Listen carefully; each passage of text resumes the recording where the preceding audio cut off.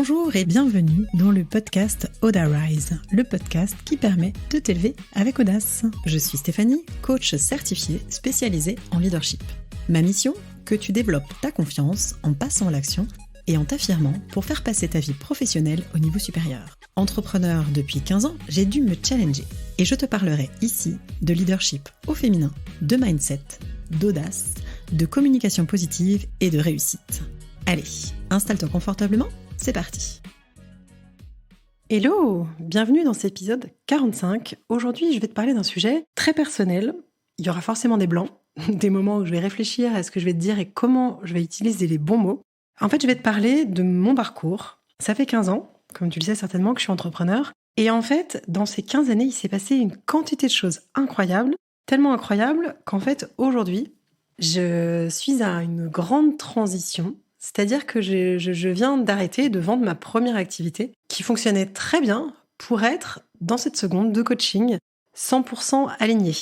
C'est pas simple parce qu'il s'est passé énormément de choses ces 15 années d'entrepreneuriat. Encore plus ces 4 années, parce que du coup, ça fait 4 années que j'ai les 2 casquettes. Et ça n'a pas été simple. Ça n'a pas été simple. Et en même temps, je sens que c'est un moment de bascule pour moi, un moment d'alignement, un moment à la fois de grande peur et aussi d'énormes accomplissements. Si je dois résumer, en fait, ces 15 dernières années, pour la faire courte, j'ai toujours été à mon compte. Pour moi, la liberté et l'autonomie, c'était quelque chose d'indispensable. Je me suis même jamais imaginé salarié. Je crois pas que ça me soit arrivé et pourtant, tu vois, donc ma première profession, quand j'étais entrepreneur, j'étais ostéo.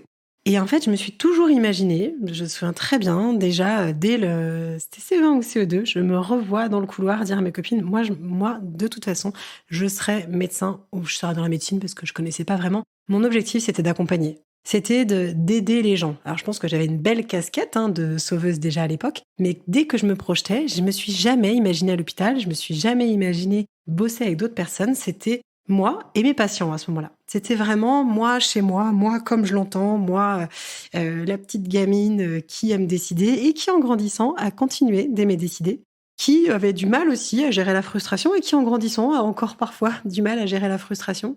Mais c'était vraiment ça, c'était mon objectif, aussi loin que je me souvienne, comme je t'ai dit, ça a toujours été d'aider et d'accompagner et de faire à ma sauce. Et pour ça que pendant mes études d'ostéo, j'avais une part de frustration. C'était, donc quand je les ai fait, ça a duré 6 ans, aujourd'hui c'est 5 ans.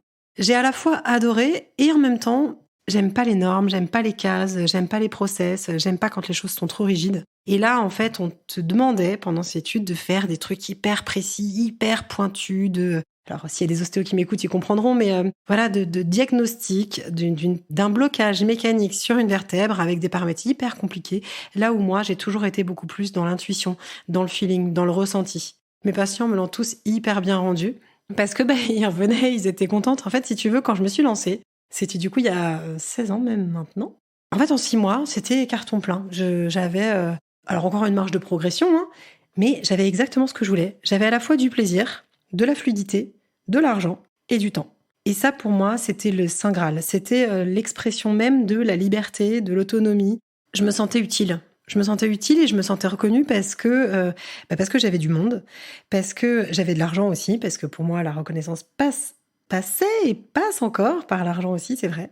Donc du coup, tu vois, j'avais tout ce qui m'allait. J'étais dans une profession où j'étais bien, dans les conditions que j'avais envie. Et en même temps, j'avais un petit truc qui me frustrait. J'avais le sentiment que ça manquait d'impact. Et comme je te disais, j'ai l'impression par moment de ne pas fitter avec cette profession.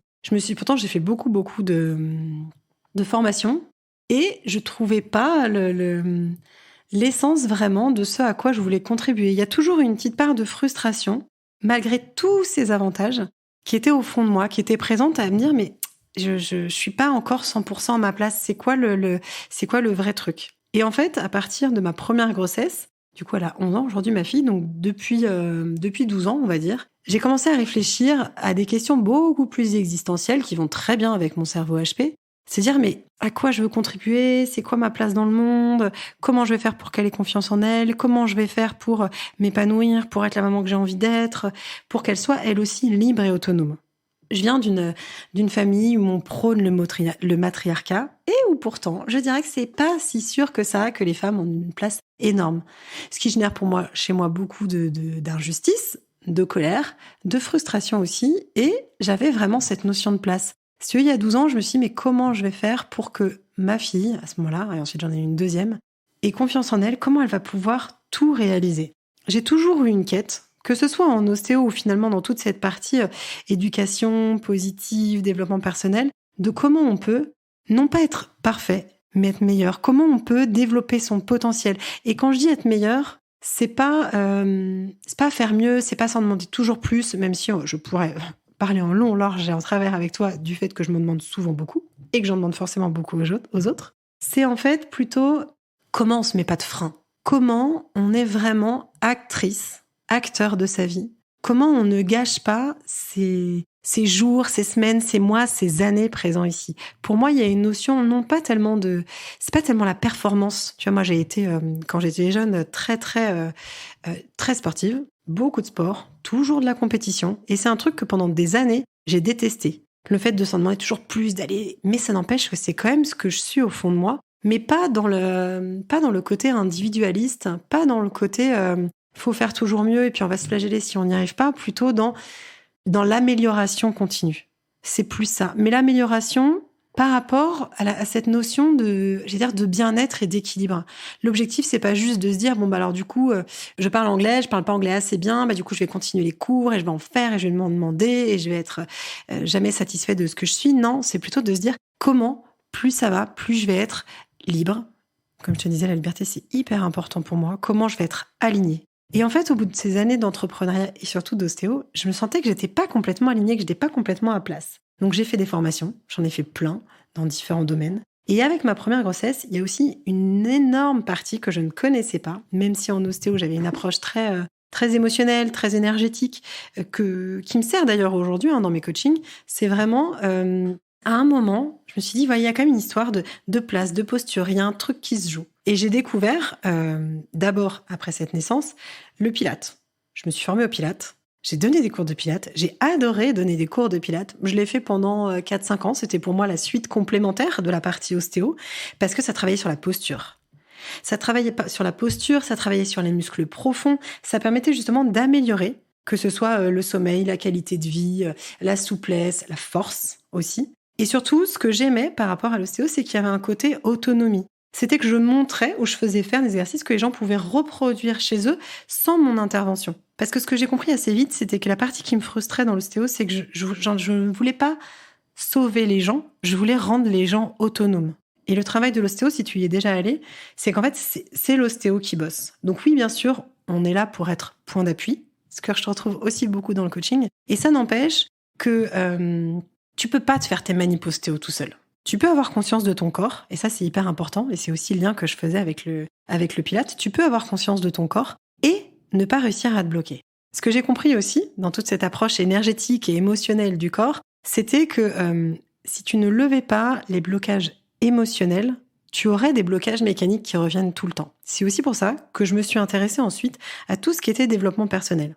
Ma première porte d'entrée, après le Pilates et après la naissance du coup de ma fille, ça a été de me pencher sur tout ce qui était éducation positive. J'ai adoré. J'ai tellement adoré que j'ai eu un blog qui a cartonné. On était 30 000 sur Facebook à un moment. J'étais hyper contente. Je n'avais qu'une envie, c'était de transmettre, de partager, d'expliquer ce qui m'animait. Et il manquait encore un truc. Je me suis dit, mais c'est génial parce qu'en fait, l'éducation positive, c'était pas être mielleux, c'était comment chacun prend sa place. Comment on respecte la place de l'enfant et comment on se respecte soi en tant que parent. C'était hyper important pour moi. Ça m'a beaucoup énervée quand je voyais trop de dérives, de maman qui s'oublie trop. Parce que je me suis aussi oubliée au passage, à plein de moments de ma vie. Et c'était me dire, non, en fait, pour moi, être actrice de sa vie, incarner une posture avec fluidité, avec assurance, avec assertivité, c'était indispensable. C'était comment je respecte l'autre, ok, et comment je me respecte moi. Et se respecter, c'est pas uniquement poser ses limites, c'est aussi respecter l'élan naturel qu'on a en nous. Et quand on le respecte pas, cet élan naturel, quand on se met des freins, quand on est enfermé dans des croyances limitantes, ce que je bosse aujourd'hui avec vous, ce que je vous permets de bosser en coaching, c'est qu'en fait, ça va bloquer effectivement le corps. Ça va diminuer ta performance sportive si tu veux, mais ça va entraîner des tensions internes. Ce que j'ai vu pendant 15 ans avec mes mains, et dans ce que tous mes patients m'ont raconté, c'était ça. C'était que ces tensions internes parlent de la différence entre qui tu es, ce que tu vis, ce que tu as envie de vivre,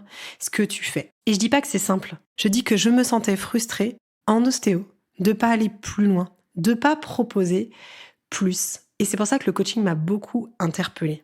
Quand j'ai découvert, en fait, grâce à l'éducation positive, le développement personnel, parce que je me suis dit, ok, c'est chouette de s'occuper des enfants, mais pour bien accompagner les enfants, parce que quand je te dis que je me suis intéressée à l'éducation positive, c'est qu'en fait, j'ai aussi été formatrice.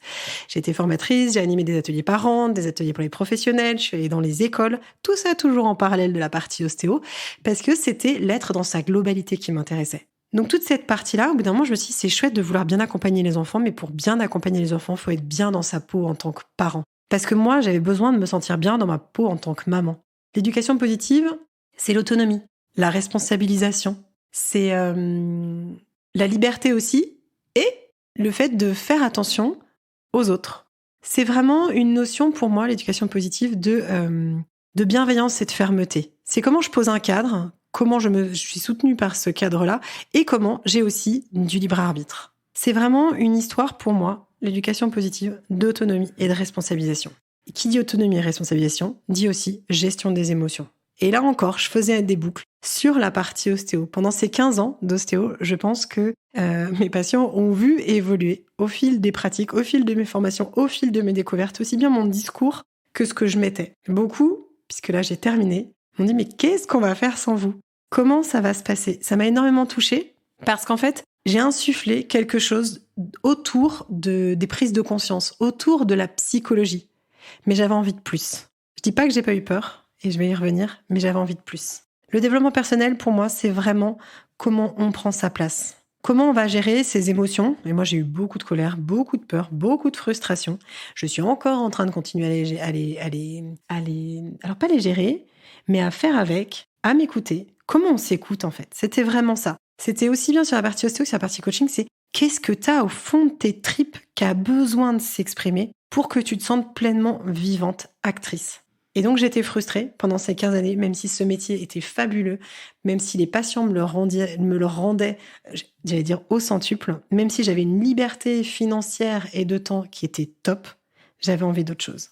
J'avais envie, à un moment, de partager toutes ces clés que j'avais découvertes sur la confiance, sur l'estime, sur la communication, sur le potentiel qu'on peut exploiter, sur comment on est acteur de sa vie. C'était vraiment, en fait, pour moi, une façon de sortir de la passivité du traitement, entre guillemets, ostéo. Parce que bien sûr, il y a des prises de conscience, mais ça n'empêche que, comme je te disais, les blocages mécaniques, tu peux pas les lever tout seul. C'était en fait une recherche d'impact. J'avais envie de transmettre. Dans cette éducation positive, j'ai fait pas mal de conférences. Et alors, les conférences, c'est un truc qui m'éclate. Quand je dis que ça m'éclate, c'est quelque chose que je fais en mode one-woman show. Si tu ne m'as jamais vu, je t'assure, je n'exagère pas en disant ça. C'est le moment où je me sens vivante, vibrante. Partager, transmettre, c'est comme en coaching. Les coachings individuels ou de groupe, c'est ça. Je donne énormément parce que j'ai envie de faire bouger les lignes. De faire bouger les lignes des femmes, parce que je me sens une responsabilité immense, parce que je suis une femme, parce que j'ai une lignée de femmes au-dessus et que je me dis qu'en faisant bouger mes lignes, je ferai bouger les leurs. Parce que j'ai 2 filles et que j'ai envie qu'elles se sentent capables de tout réaliser. Donc on parle. Elles sont rigolotes parce que du haut de leurs 11 ans et 8 ans, elles me disent régulièrement « Mais maman, tu nous saoules à parler positif tout le temps. » Ou quand je me mets en colère, elle me dit « Mais maman, oui, je sais qu'on a le droit de se mettre en colère, mais là, quand même, ça va pas. » Parce que bien sûr, je ne suis pas du tout parfaite. Il y a encore plein de choses que je ne sais pas, que je ne fais pas. Et j'ai quand même envie de transmettre ce que je sais déjà, ce qui permet d'avancer, ce qui permet d'aider, ce qui permet de prendre sa place. C'est comment on va développer son potentiel. À ma petite échelle, en fait, ce que j'ai envie de permettre, c'est d'aider cette notion d'égalité homme-femme. Jamais j'aurais pensé dire ça. J'étais plutôt anti-discours féministe parce que j'avais l'impression qu'on faisait un amalgame entre la femme et l'homme. C'est-à-dire, en fait, la femme a des qualités qui sont différentes, a un potentiel qui est différent de celui de l'homme. On a tous des polarités masculines, féminines. Et moi, le discours qui dit que la femme doit être un homme comme les autres, je ne trouve pas que ce soit le juste discours. Et c'était l'amalgame que j'avais fait. Ça n'empêche qu'aujourd'hui, plutôt que d'égalité, d'ailleurs, c'est peut-être d'équité dont on va parler, c'est de se dire on ne fera pas les mêmes choses, mais par contre, chacun a une place. Et ça, c'est fondamental pour moi, c'est à ça que j'ai envie de contribuer aujourd'hui. Mon cheminement, ça a quand même été 10 longues années à chercher finalement quel était mon fil rouge, à démêler la pelote, de me dire attends, dans tout ce que tu... Parce que tout me passionne. Non, c'est pas vrai, pas tout. Mais tout autour de l'accompagnement me passionne. Il y avait le corps, il y avait les émotions, la partie énergétique. Je me suis formée aussi sur l'alimentation, sur la respiration. Il y avait ce besoin de mouvement, de liberté, qui est vraiment pour moi un lien énorme entre l'ostéo et le coaching. Dans l'ostéo, on te dit le mouvement, c'est la vie.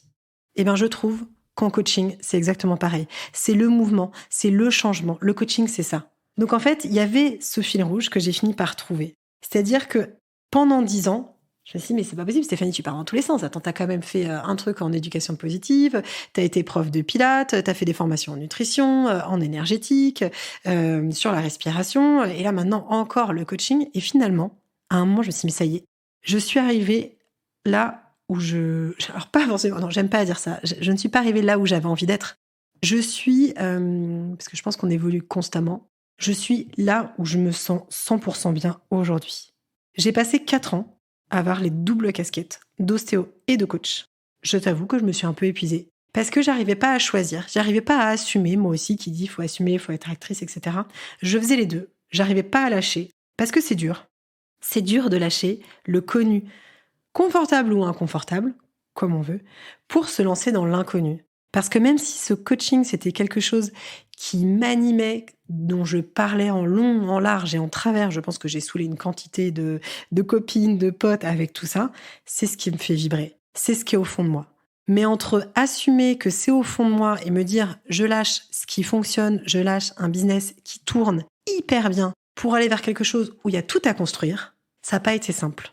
C'est pour ça qu'il m'a fallu ces 4 années pour progressivement, brique par brique, asseoir une nouvelle posture, parce que c'est pas la même, une posture de thérapeute ou une posture de coach, parce que c'est pas pareil, même dans la démarche commerciale, dans la capacité à vendre, dans comment tu te fais connaître, dans le réseautage, dans la structuration.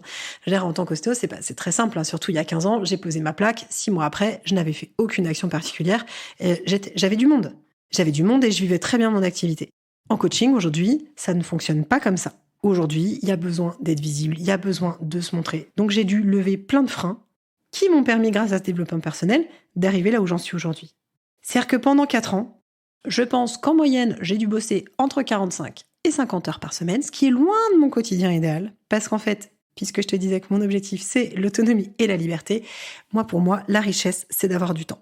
Donc j'ai fait pendant ces 4 années les 2 casquettes pour me rassurer, pour éviter d'avoir à décider. Et là, en décembre dernier, je me suis dit, c'est plus possible.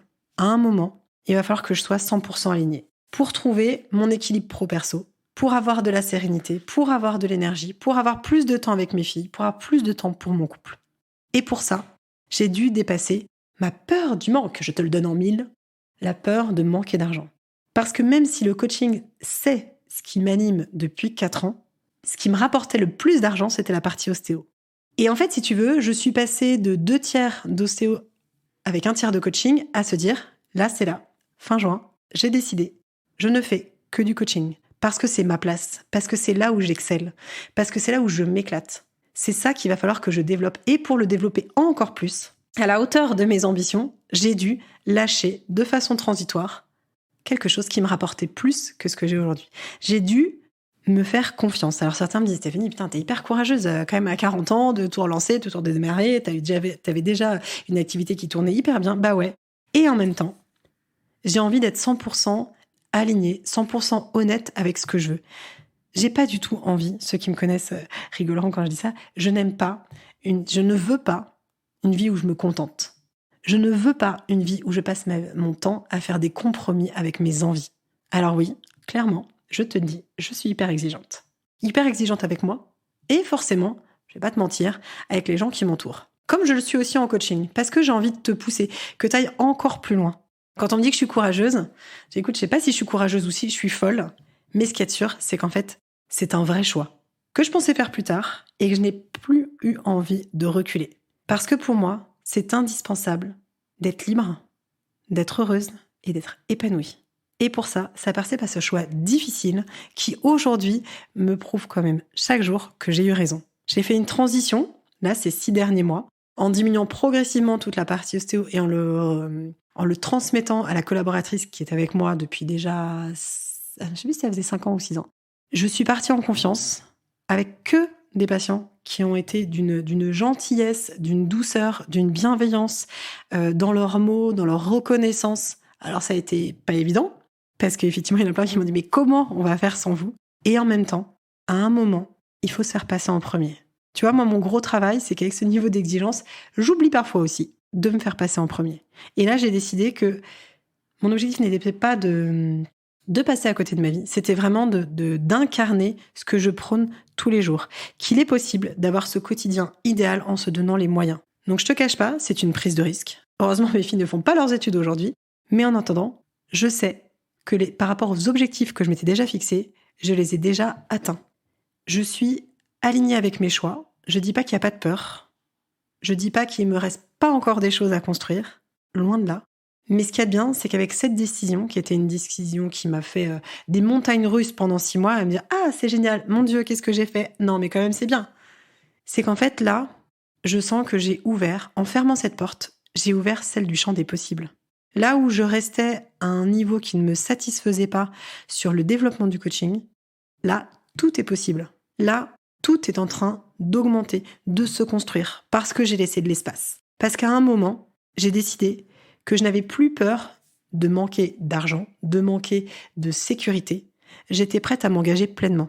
Je ne dis pas que ça a été facile, je ne dis pas que ce sera facile, je dis que ça vaut le coup. C'était ça que j'avais envie de partager avec toi. Les hauts, les bas. L'importance des choix que tu fais tous les jours, ces choix qui te guident vers toi. Parce que moi, je fais partie de la team solutions. Je suis convaincue qu'il y a toujours des solutions. Et c'est pas parce que j'en suis convaincue que je n'ai jamais peur, que je n'ai aucune émotion.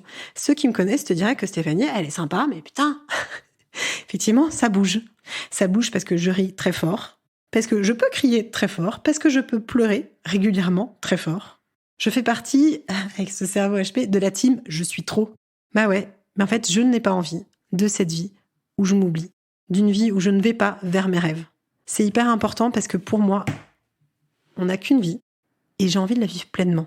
Si toi aussi tu as fait des choix, ou si tu es en train de faire des choix, ou si tu as besoin d'un coaching, n'hésite pas à me contacter. Je serai ravie de discuter avec toi sur Instagram, en message, peu importe. Parce que je suis convaincue que tout est possible, qu'il y a toujours des solutions et qu'on peut toujours avancer vers ses rêves. Le principal, c'est de commencer à noter tes rêves pour pouvoir avancer. J'espère que cet épisode en toute intimité t'a plu. Si c'est le cas, tu peux me laisser 5 étoiles, c'est le moment promo. Et bien sûr, tu peux le partager à une copine qui a besoin de l'entendre. Je te dis à très vite.